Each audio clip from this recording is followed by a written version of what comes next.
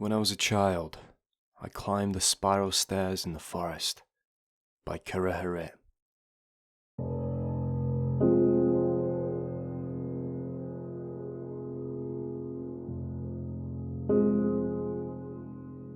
What? Chris responded in a raspy, tired voice. What forest? Why? He added after a moment. Grab your gun too. I grabbed my keys and headed for the safe in my closet. My gun? Are we hunting? He sounded confused. For protection. After inputting the combination, I grabbed my gun, ammunition, and my gun holster. Protection? Chris said in disbelief. Dude, what's going on? His voice was clearer now.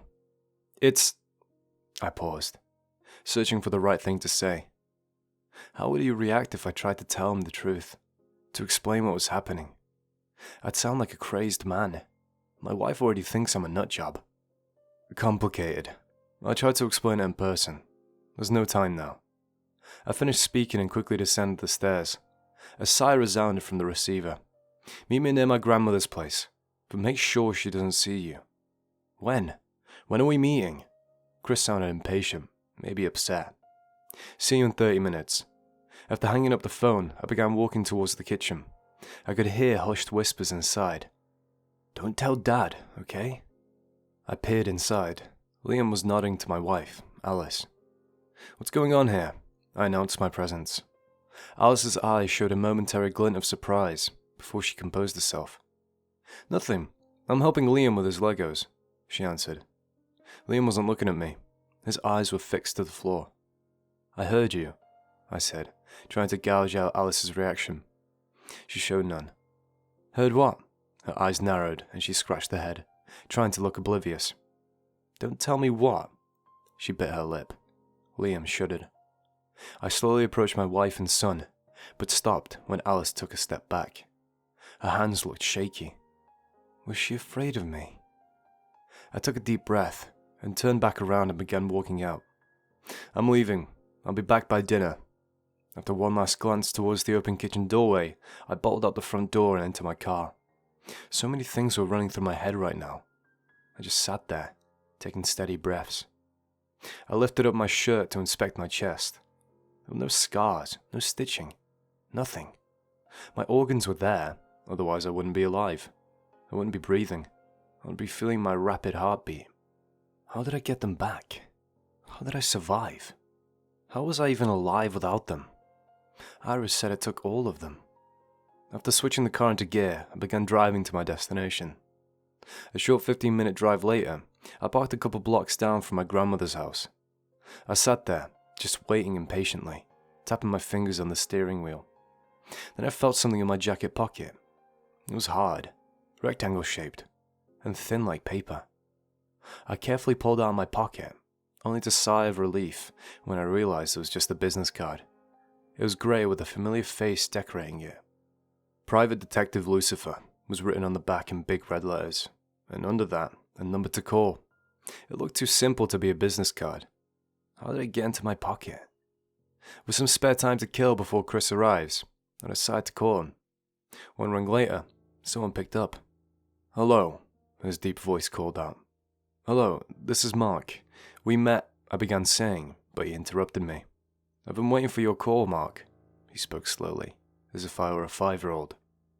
Waiting? Why? After a pause, he spoke again. You're in danger. Danger? What danger?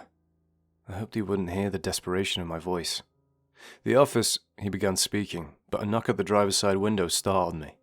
It was Chris. I have to go, I said into the receiver, and hung up before he could say another word. I'm tired of everybody telling me that I'm in danger. I have a gun.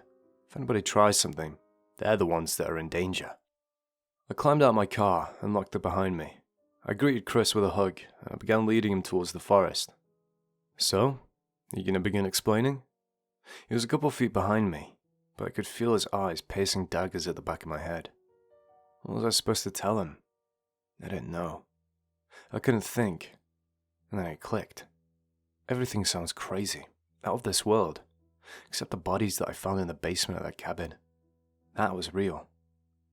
On Thursday, I ventured out into the woods to that old cabin behind my grandmother's house. I let the words speak for themselves. It had collapsed in on itself, but there was a basement. A foul stench was coming from inside. After a glance back, just to make sure he was still following behind me, I continued. There were bodies, body parts. My phone buzzed in my pocket. I ignored it. "Mark, Jesus, man," Chris whistled. "Do you remember when I went missing 20 years ago?" "Yeah," he replied with a hint of question on his lips. "I think that whoever did that, they took me." We finally arrived at a drive-in into the forest. The road goes about half a dozen miles deep to a park ranger's cabin. If you want to camp out here, you have to let them know. "Is that why we're going to the forest? Surely you don't think they're still out there?" To answer his question, I began explaining.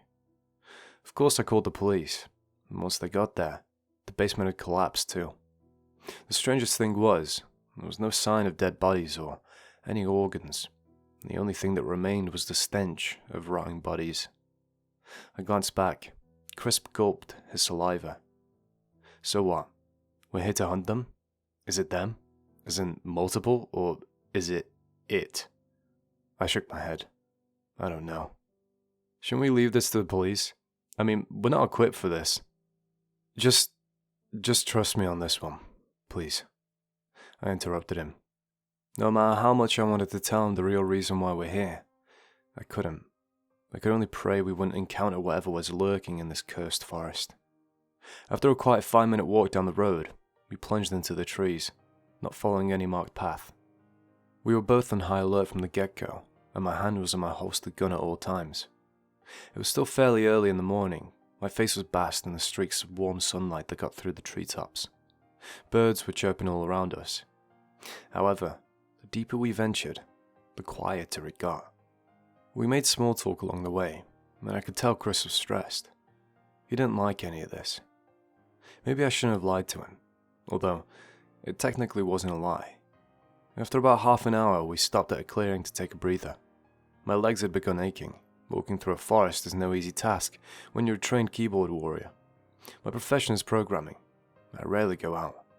"How long are we going to wander out here?" Chris asked. He wasn't tired, but I could guess he also didn't expect to spend a Sunday morning wandering through a forest. "Until we find what I'm looking for," I responded.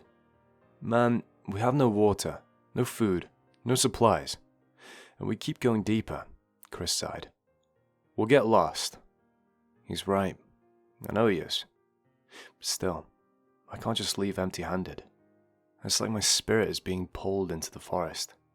I don't know when I got the strong urge to learn, to understand what happened to me. I made a decision then. "You can go, man. I won't force you to come along." Chris looked at me wide-eyed, like I just cursed him out. "I'm not going to leave you alone." He stood up and took a deep breath. "But if we get lost, I'll kill you myself." We both laughed at that. I stretched my arms to the sky. "Alright, let's keep walking." Chris nodded, and we walked side by side, the mood now much lighter between us. We hadn't realized when the forest grew silent. Each twig snapping and leaf crunching appeared to be much louder than before. The birds had grown silent too, as if the slightest sound made would mean their death. "Do you hear that?" I asked Chris. "Hear what?" He glanced at me, his eyes betraying a glint of confusion. "The birds." "What birds?" "They're gone." He looked around us and listened in. "You're right." We both stopped in our tracks, and that's when I felt it. A presence.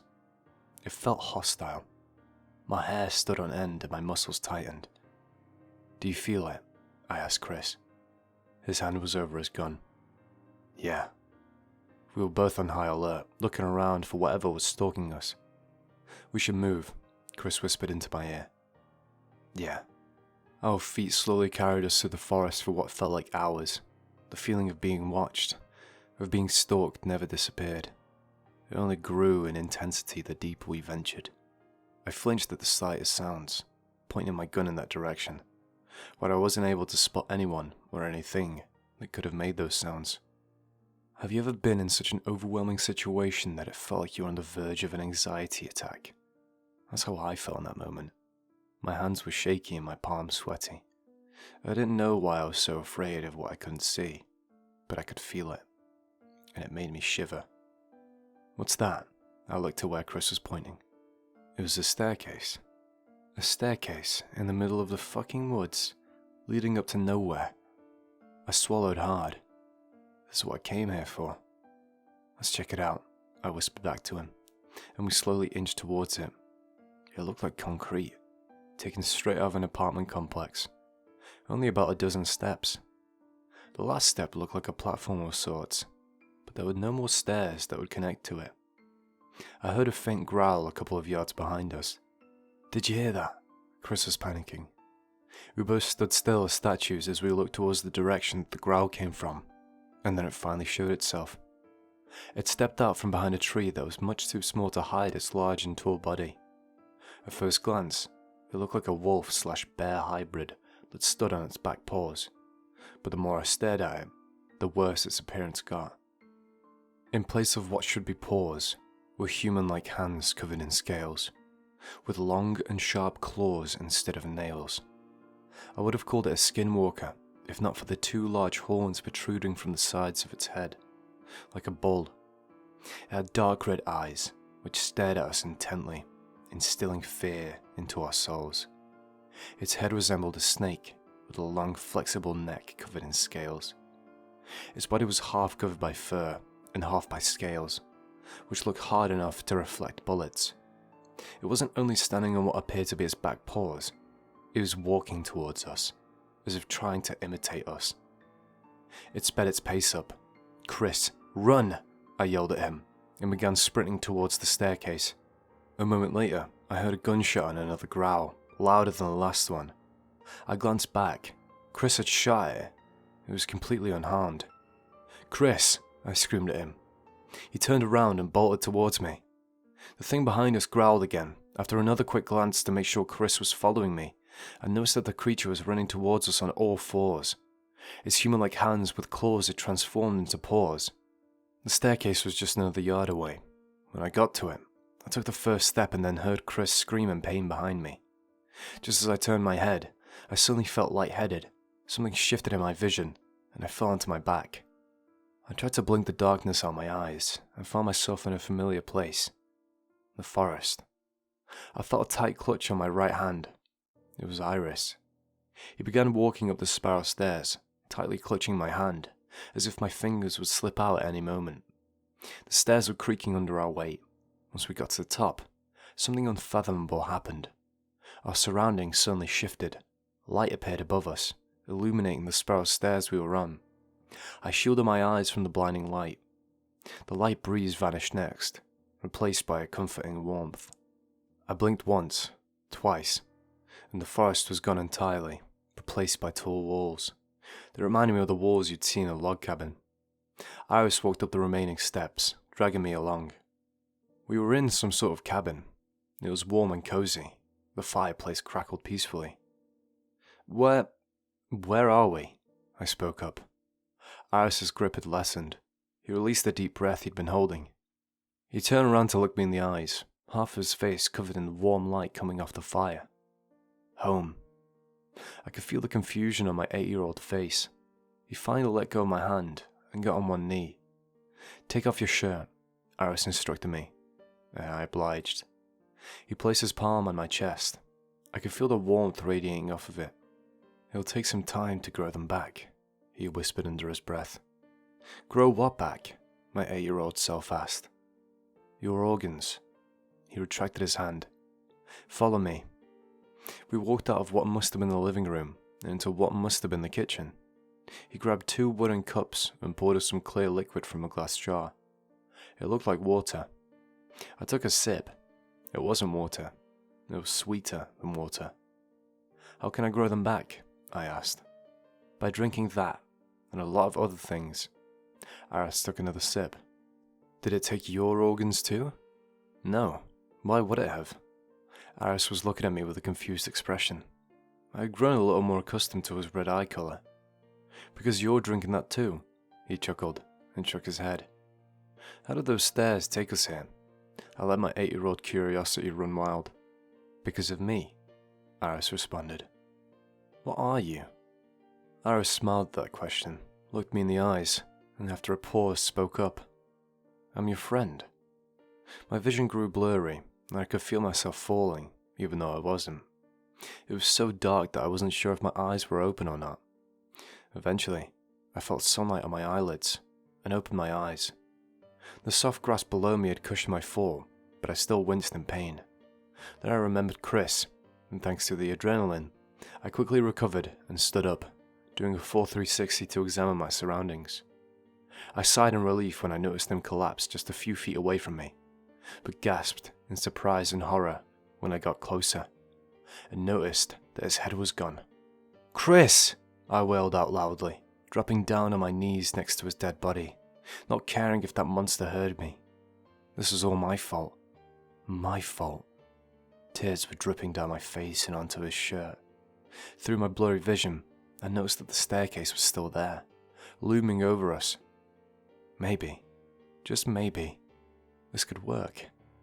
I stood, picking up Chris's headless body, and began limping towards the stairs. If I survived back then, maybe Chris can survive now.